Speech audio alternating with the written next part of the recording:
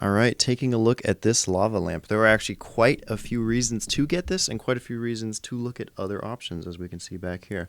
First off, this is by far the cheapest lava lamp on Amazon. I got this for the cheapest price. Second thing that I really like about this is honestly the design. It's a very unique design compared to some of these other ones back here. And the cool thing is the caps are metal. Not all of them have that. Right here, this is actually a plastic cap. The fact that this is all metal except for this glass part, obviously, very nice. This one also heats up the quickest, I think because it has the smallest tube. So as you can see, next to some normal lava lamps, we got this being the smallest.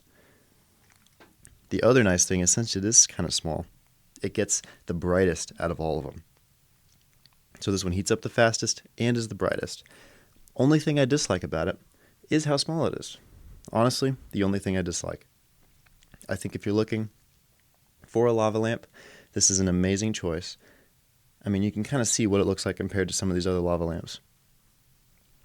I actually really like this one, and I think you can't go wrong picking this one.